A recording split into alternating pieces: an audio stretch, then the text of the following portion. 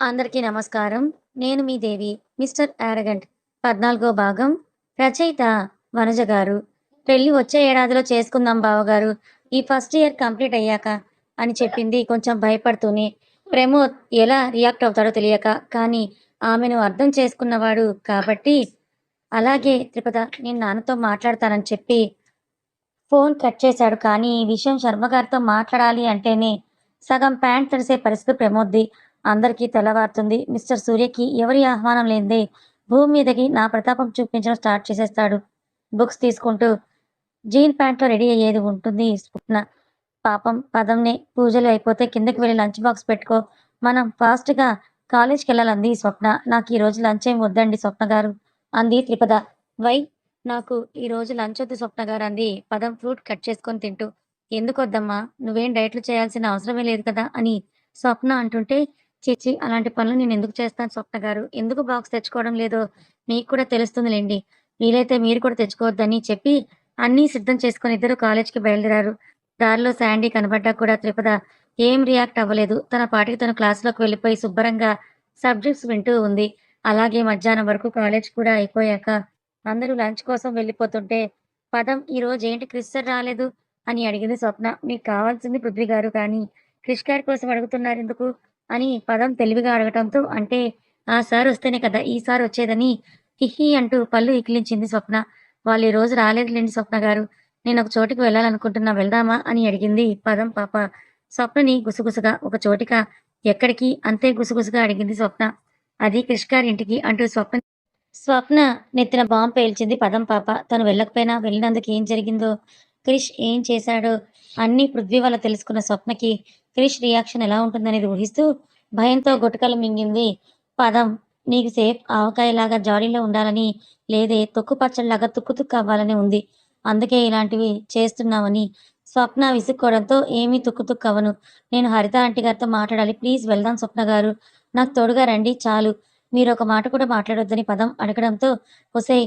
నువ్వన్నా క్రిష్ సార్‌కి కొంచెం చెప్పగలుగుతావు. నాకాయన చూస్తేనే వెన్నులో వణుకు పుడుతుంది. నేనే ప్లీజ్ నన్ను వదిలేయ్. నువ్వు వెళ్ళడం మానేయ్. అయినా బాక్స్ వద్దంటావంటే క్యాంటీన్‌లో పార్టీ ఇప్పిస్తావనుకున్నా. నన్నే బిర్యానీ చేసి అమ్మేసే ప్రోగ్రామ్ పెట్టావని అసలు ఊహించలేదు సుమి అని చేతులెత్తేసింది స్వప్న. మన మహిత 3 రోజుల ముందు ఉంది ఆవకాయ పాప కన్నా. తనకి పీరియడ్స్‌కి సంబంధించి అంతా అయిపోయాక ఇల్లంతా శుభ్రం చేసి చక్కగా శుక్రవారమని లంగా ఓణి కట్టుకొని, గంధం, కుంకుమ, కాళ్ళకి పసుపు రాసుకొని, పూలు తెంపి మాల కట్టి, తన కృష్ణయ్యకి వేసుకొని, ఇంట్లో తన పూజ పూర్తి చేసుకొని వంటింట్లోకి బయలుదేరింది మహిత. "ఏమ్మా! నీకు నిజంగానే 7 రోజులు అవసరమా? లేక ఇంటి వంట పని తప్పించుకోవడానికి అని అలా అబద్ధం చెప్పావని" శ్యామల అడగడంతో, బిడ్డల్ని అర్థం చేసుకోలేని ఈవిడికి అమ్మతనం ఎందుకిచ్చావు కృష్ణ అని అనుకుంటూ, "నిజమ్మా! నీకేమైనా సాయం చేయనా?" అని అడిగింది మహిత శ్యామలని. "సాయం అంటే నీ ఉడత సాయం ఏం అక్కర్లేదులే. పెద్దది ఉంటే నన్ను కనీసం మంచం కూడా దిగనిచ్చేది కాదు. నీ వల్ల నాకు పనులు మొత్తం ఎక్కువైపోయాయి. టిఫిన్ పెసరట్టు చేశాను. మధ్యాహ్నంకి ఏదో నువ్వే చేసుకొని తీసుకోపో" అని అబ్బా! పొద్దున్నుంచి పని చేసి చేసి కాళ్ళు చేతులు లాగేశాయని ఒత్తుకుంటూ రూమ్‌లోకి వెళ్ళిపోయింది శ్యామల. పొద్దున్నే నాన్నకి టీ పెట్టింది. ఇప్పుడు ముగ్గురికి పెసరట్టు పోసి ఇడ్లీ పొడి వేసింది దానికేనా అన్న ఎక్స్‌ప్రెషన్ ఇచ్చిన మహిత, ఈరోజు అత్తయ్య దగ్గరికి వెళ్ళాలి. మా పద్ధతిలో మామయ్య టైంకి లేకుంటే బావుండు. నా పని ఇంకా సులువైపోతుంది అని అనుకుంటూ, తనకి వచ్చే ఇంకో స్పెషల్ రైస్ ఆవకాయ అన్నాన్ని కలుపుకొని, తన అక్కని మిస్ అయింది మహిత. అక్కుంటే నేను కోరింది చేసి పెట్టేది. ఇప్పుడు నా వంట నేనే చేసుకోవాలి పాపం.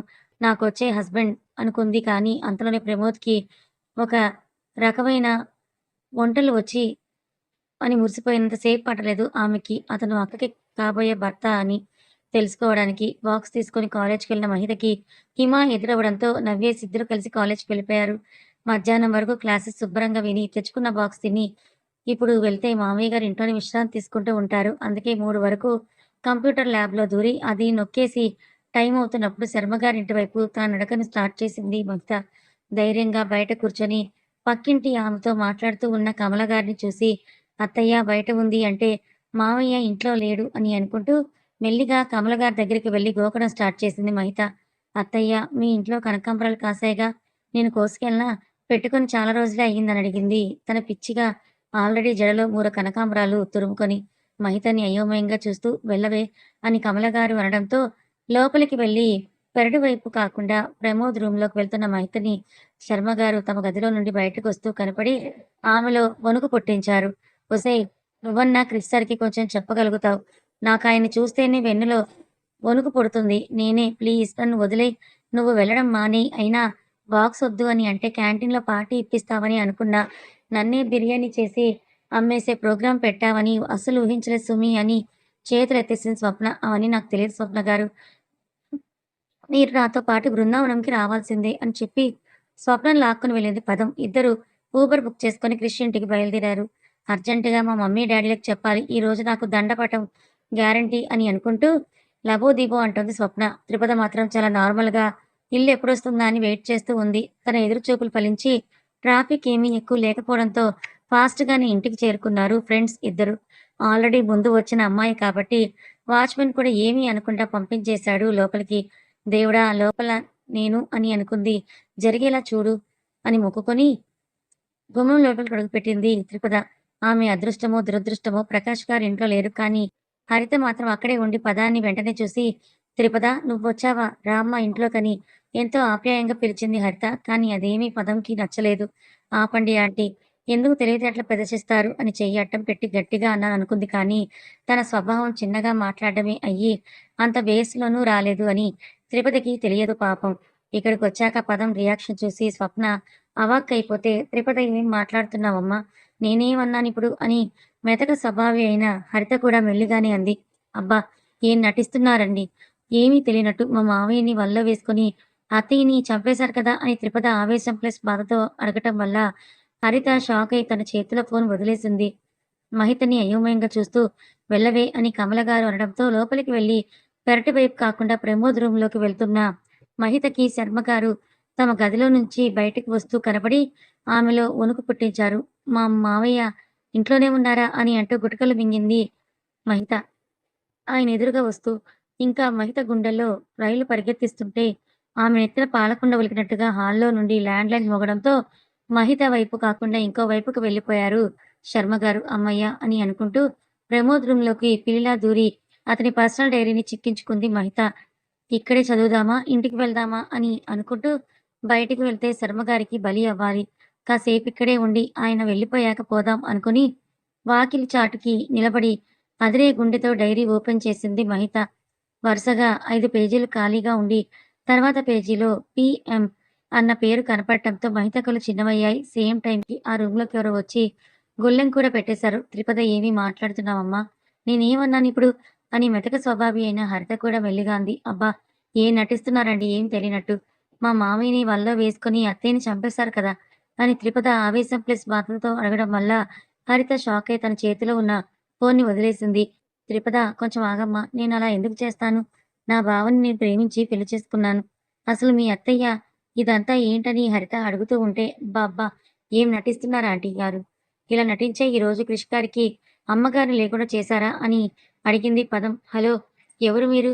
మా ఇంటికి వచ్చి మా మమ్మీని అరుస్తున్నారు" అని తన ఫ్లోలో ఉన్న బృంద కిందకి వచ్చింది. "బృంద గారు ఇది నేను ఆవిడ మాట్లాడుకోవాల్సిన విషయం. నువ్వు కొంచెం సైలెంట్‌గా ఉంటే బెటర్" అని త్రిపుద కూడా తగ్గకుండా మాట్లాడేసరికి బృందకి ఇంకా కోపం వచ్చి, "సీ మిస్ నిన్ను మా అన్నయ్యతో చూశాను. ఈరోజు మా ఇంటికొచ్చి ఇలా మాట్లాడుతున్నావు. Who the hell are you?" అని బృంద అరవడంతో, "చూడండి బృంద గారు నేను ఆల్రెడీ మీకు విషయం చెప్పాను. ఆవిడతో మాట్లాడాలి. మా అత్తయ్య కోసం" అని పదం చెప్పడంతో, "మమ్మీ ఈ అమ్మాయి ఎవరో ఎక్కువగా మాట్లాడుతోంది. నేను డ్యాడీకి కాల్ చేస్తానని" బృంద అంటూ ఉండటంతో హరిత, "బృంద నువ్వాగు. నేనే సాల్వ్ చేస్తాను ఈ ప్రాబ్లమ్‌ని" అని చెప్పి త్రిపుద "కొంచెం మాట్లాడదాం. నా రూమ్‌కి రారా?" అని అడిగింది హరిత. కొంచెం ఆలోచన ఉన్న త్రిపుద ఆవిడ మాట వింటూ హరిత రూమ్‌కి వెళ్ళగానే ఏం జరుగుతుందో అని భయపడి క్రిష్‌కి చెప్పొద్దని మరో మారు చెప్పి జరిగింది పృథ్వీకి మెసేజ్ చేసింది స్వప్న. "ఏం మాట్లాడాలి ఆంటీ గారు? కొంచెం నేను చెప్పేది శాంతంగా విని అప్పుడు అడుగు నీ ప్రశ్నలు" అని హరిత గారు అన్నాక, "చెప్పండి ఏం చెప్తారు? మా త్రిపుర అత్తయ్యని చంపింది మీరు కాదా?" అని అడిగింది త్రిపుద. "నాకు సొంతం తోబుట్టువులాంటి అక్కని నేనెందుకు చంపుకుంటానమ్మా? అసలు నీకు జరిగిన నిజం చెప్తాను విను" అంటూ చెప్పడం స్టార్ట్ చేసింది. అప్పటికే టైం సాయంత్రం అయిపోవడంతో రెయినీ సీజన్ కాబట్టి చీకట్లు ముసురుకొని వాన కురుస్తుంటే హరిత ఏం మాట్లాడిందో విని ఇంకా బయటకు తేరుకోలేని త్రిపద బయటికి వచ్చి "స్వప్న వెళ్ళిపోదాం పద" అని చెప్పి స్వప్నని తీసుకొని మారు మాట్లాడకుండా తన రూమ్‌కి వెళ్ళిపోయింది త్రిపద. త్రిపద నువ్వేం చేశావో అయినా నీకు ఐడియా ఉందా? అని స్వప్న అడుగుతూ ఉంటే, నాకన్నీ తెలుసండి. ఇప్పుడు నేను చేసిందే కరెక్ట్ అని స్వప్నతో ఇంకా వాదించకుండా ముసుగు తన్ని పడుకుంది పదం. స్వప్న బయటికి వచ్చి పృథ్వీకి కాల్ చేస్తూ ఉంది. హలో! చెప్పు స్వప్న. ఆ! పృథ్వీ. నువ్వు క్రిష్ సార్ ఎక్కడున్నారు? ఇంటికైతే మీరు వెళ్ళలేదు కదా? అని స్వప్న పృథ్వీని అడిగితే, ఇంకా లేదు. మేము కృష్ణ ఫ్లాట్‌లో ఉన్నాం. వాడు ఏదో వర్క్ చేసుకుంటున్నాడిక్కడ అని చెప్పాడు పృథ్వీ. నిన్న అక్కడ ఏం జరిగింది పృథ్వీ? నాకు త్రిపదని చూస్తుంటే చాలా భయం వేస్తోంది. అసలు ఎంత గట్టిగా అరిచి మాట్లాడిందో తెలుసా? క్రిష్ సార్ అమ్మతో. అసలు దీనికంతటికి ఇంత కోపం ఎక్కడి నుంచొచ్చింది? నిన్నంతా అక్కడ ఏం చూసిందో, ఏం తెలుసుకుందో అని స్వప్న అడుగుతూ ఉంటే, నేనొచ్చేలోపు ఇద్దరు ఒకరికి దగ్గరగా ఒకరున్నారు. అడిగితే ఏం చెప్పలేదు. ఇంకా ఆ తర్వాత ఏమి కూడా మాట్లాడలేదు. క్రిష్ నన్ను త్రిపదిని డ్రాప్ చేసి వచ్చేయమన్నాడు. అంతే. ముందు ఏం జరిగిందో నాకైతే తెలీదు అని పృథ్వీ అంటే, ఆ! క్రిష్ సార్‌కైతే ఈ విషయం గురించి తెలియనివ్వకు. తెలిస్తే దీన్ని ఏం చేస్తారో అని చాలా భయంగా ఉంది అని స్వప్న అంటే, ఓకే. నేనైతే ఏమీ చెప్పను. హరిత ఆంటీ కూడా క్రిష్ దగ్గర ఏది చెప్పే రకం కాదు అని ఇద్దరు ఏదో మాట్లాడుకొని కాల్ కట్ చేశారు. వాళ్ళు మర్చిపోయింది బృందా గురించి. మరి తన వల్ల ఏం ప్రాబ్లమ్ అవుతుందో చూడాలి.